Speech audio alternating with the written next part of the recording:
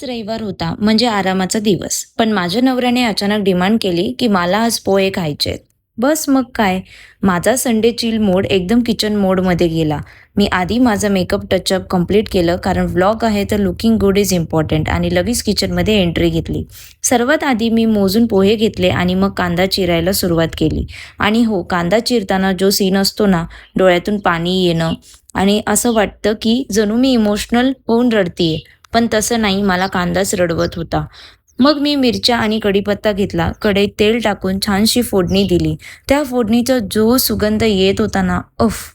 असं वाटत होतं की आधीच पोहे खाऊन टाकावेत. इतक्यात ट्विस्ट! अचानक घरी पाहुणे आले. मग मी मल्टीटास्किंग मोड ऑन केला. एका बाजूला पोहे आणि दुसऱ्या बाजूला चहा.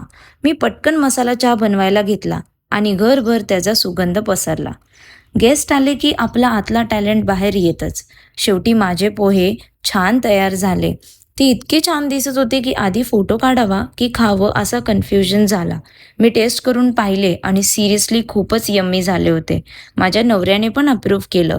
हीच तर खरी अचीव्हमेंट. चहा पण परफेक्ट बनला होता. एकदम कडक मसाला चहा. अशा प्रकारे माझा संडे एकदम बिझी पण मजेदार झाला. Thank you.